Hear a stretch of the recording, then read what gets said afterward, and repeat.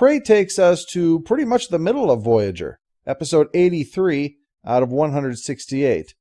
So appropriately, the center of this series puts the focus on the center of the show, Janeway and 7 of 9. But this episode starts with two villains of recent history on the show, the Hirogen and Species 8472. You might think this will be pretty one-sided, since 8472 could kick the Borg's ass, and the Hirogen are a collection of wandering morons. But there is one thing that tips the balance of the scales. The always awesome Tony Todd.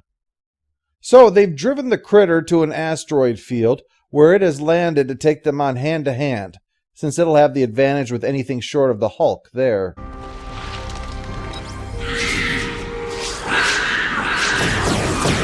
Oh, no, don't shoot it. You'll just make it mad.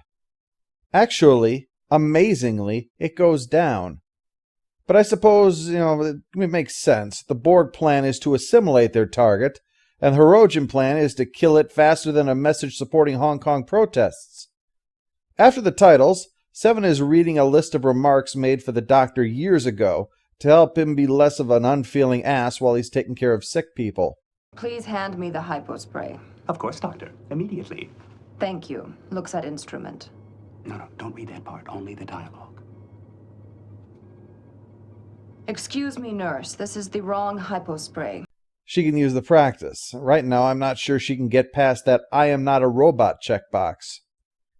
After a little guilt trip, he finally gets her to at least take the lessons along to examine for later. And speaking of polite conversations, they've run into the Hirogen.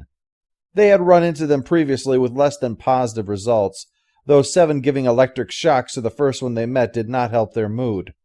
But this time the ship isn't aggressive. In fact, it slows down and stops at their approach, with no sign that this is an ambush. The Hirogen vessel is a potential threat. We should destroy it. 7, would you call a threat? I call an opportunity. Like yesterday with the transporter, right, Harry? You said if I couldn't fix it, you'd rip out my gallbladder, promote it to lieutenant, and make me salute it whenever I came on the bridge. See, some might call that a threat, but I call it an opportunity for Harry not to displease me. So Chakotay, Paris, and Tuvok head over to the Hirogen ship, which has clearly had someone very strong and very angry in here. Maybe we can't rule out the Hulk. Looks like somebody lost their helmet.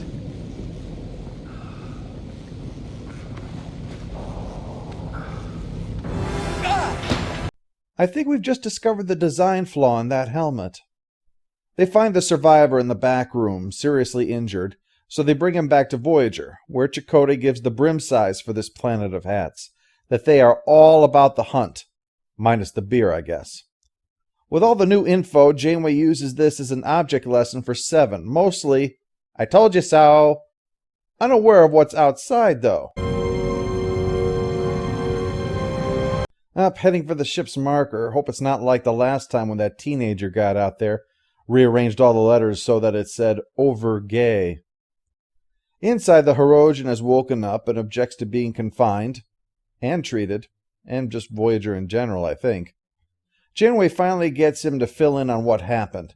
Species 8472 may have been knocked out, but when it came to, it was pissed, broke out of its restraints, and made its frustration known by twisting the other hunter's head off.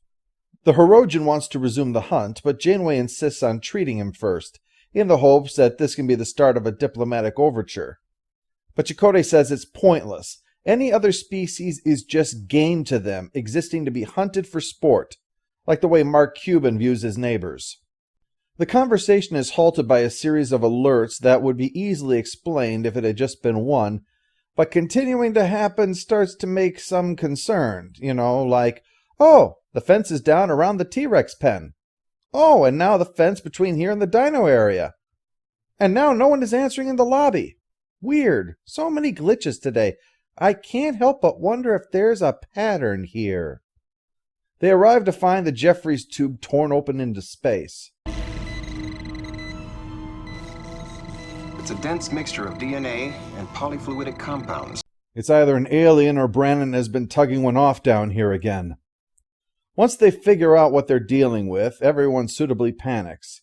They start setting up force fields and locking out the systems, But that's when they find out the call is coming from inside the house. I'm Batman. Shockingly, for a creature that rips up other beings like they were composed entirely of McNuggets, nobody is dead or dismembered as it tears through engineering. Although from what Seven says, it probably plans to destroy the whole ship, so no sense wasting time on the little people. The Hirogen says that this is not an invasion, it was just, the one ship there, damaged, so they figured they'd go and fulfill their rich and vibrant culture by shooting something they don't understand. We're not going to make the same mistake, though. We're going to shoot something we very much understand. I'll modify the phaser rifles to fire nanoprobe discharges. That's a good... What? How the fuck do you do that? You can't just reconfigure a ray gun to shoot nanoprobes. It's like thinking that you can reconfigure a nuke to rain scorpions.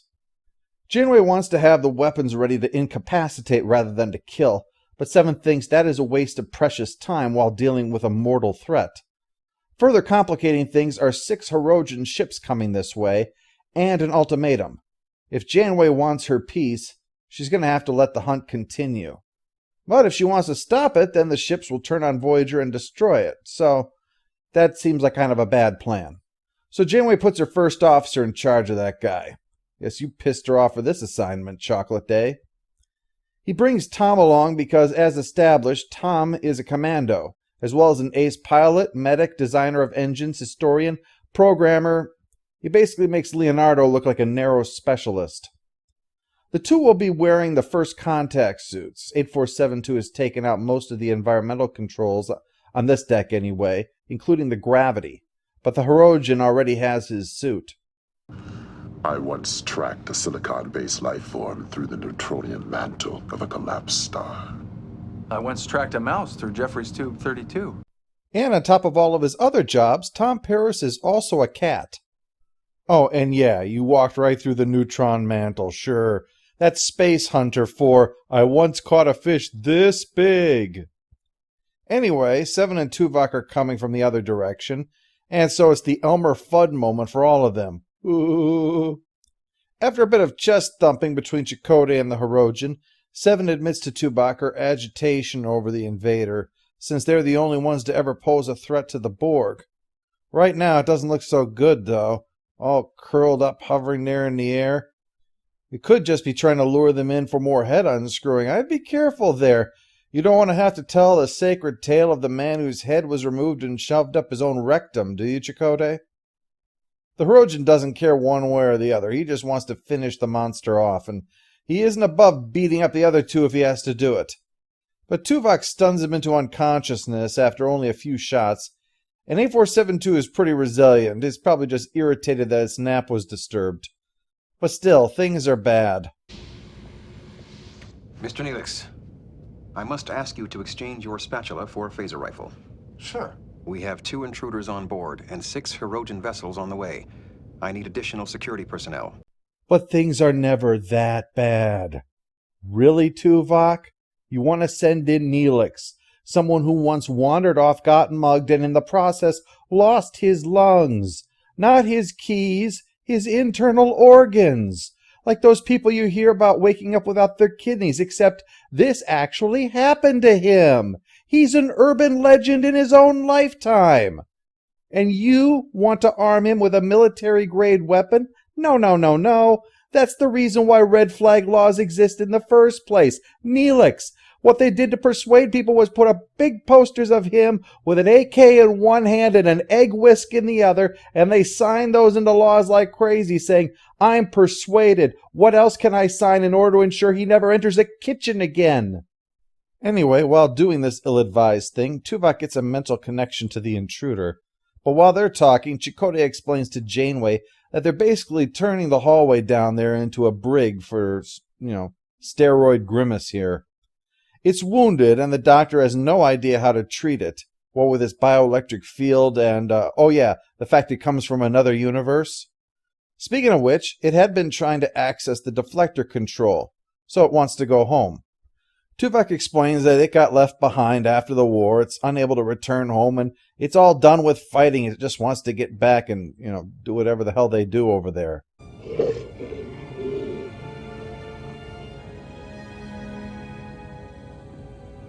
You have nothing to be afraid of. The only thing we have to be afraid of is afraid itself. She goes to see the Hirogen. Where is my prey? Lying at the end of a corridor on deck 11. Nearly dead, thanks to you. Well, duh. Our top story tonight. Guy in culture committed only to killing, not feeling guilty about nearly killing something. But first, are your children inserting gas pump nozzles in their rectums? Of course not, but we'll talk to some police and parent groups panicking about it anyway. We in law enforcement are aware that this may be a hoax, but it is biologically possible, so we are raising awareness of the issue. The ultimatum is repeated. Let him make the kill, or the Hirogen ships are going to start hunting the Voyager crew. Janeway plans to send 8472 back home first, but that requires Seven's cooperation, and she's disinclined to give it. So Janeway gives a story about one of the conflicts with the Cardassians during the border skirmishes, and suffice to say, Seven doesn't see how any story about being nice to people who want to kill you is going to help with the Hirogen coming to kill them. They should give them the alien and be done with this whole thing. Since compassion seems to not be working, Janeway goes for the direct order. But that doesn't work either, as Seven sees this as an act that will undeniably lead to her own destruction, and her cooperation ends when she is told to have a suicide mission.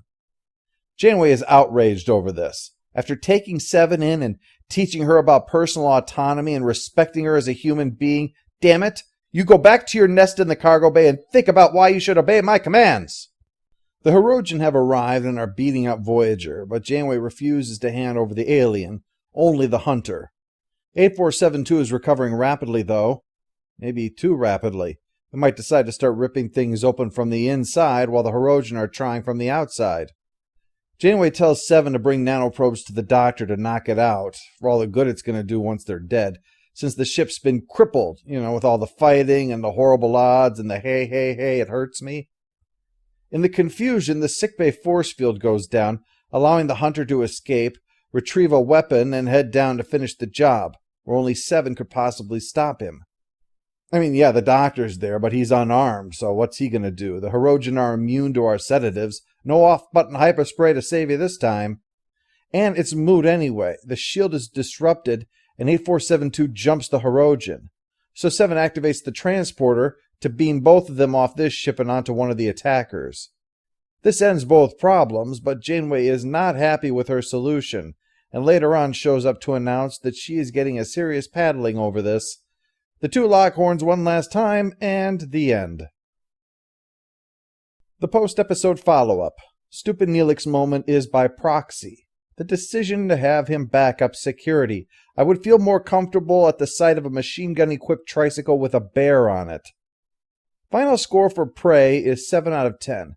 It's actually not a bad outing, and I like that the episode ends with Janeway having no vocal answer to Seven's assertion that what she's really angry about is that the individual Seven is becoming isn't what Janeway wants her to be, but rather her own person. This is not only an element of their relationship being shown, but it also demonstrates some of the problem with the Maquis situation, how someone who is not accustomed to Starfleet can disrupt things and clash with the established crew, and where the drama comes from that. I also found the hunt in this episode to be quite atmospheric, so that was another positive. But the biggest letdown is that Janeway made a decision that seemed pretty much assured to get them all killed, and no one but Seven says anything. I don't mean that they have to be questioning her authority or anything, not at all. What I mean, though, is that there's not even a throwaway exchange about what they might do to try to survive the long odds that we've got here. And it illustrates one of the reasons that it's hard to take enemies as a threat on this show, because they so rarely treat them as a viable threat. It's always, oh, we'll take our licks for a while, dust ourselves off, and move on, as far as their attitude goes. Just another bit of getting knocked around, just another day at the office. It's just that it makes clear that the action is for action's sake rather than drama.